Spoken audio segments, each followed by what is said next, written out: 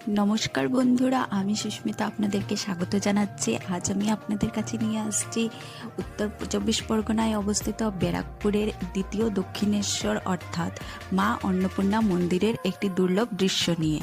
আজ মা গঙ্গার তীরে অবস্থিত এই ছোট্ট দ্বিতীয় দক্ষিণেশ্বর মন্দিরটি আপনারা আজ আমার ভিডিওর মাধ্যমে দেখতে পাবেন। এখানে মা অন্নপূর্ণা মন্দিরের সাথে রয়েছে 8টি শিবলিঙ্গের মন্দির। তো বন্ধুরা, দেখে নিন আজকে আমার সাথে ব্যারাকপুরের এই দ্বিতীয় দক্ষিণেশ্বর মন্দিরটি কেমন লাগছে। মন্দিরটি দেখতে আপনারা আমাকে কমেন্টের মাধ্যমে নিশ্চয়ই জানাবেন। আর বন্ধুরা, এটাও নিশ্চয়ই বলবেন যে দ্বিতীয় দক্ষিণেশ্বরটা দেখতে কীরকম লাগছে। কলকাতায় আসলে তো সবাই দক্ষিণেশ্বর দর্শন করে, দ্বিতীয় দক্ষিণেশ্বরটা খুব কম লোকই দর্শন করে থাকে।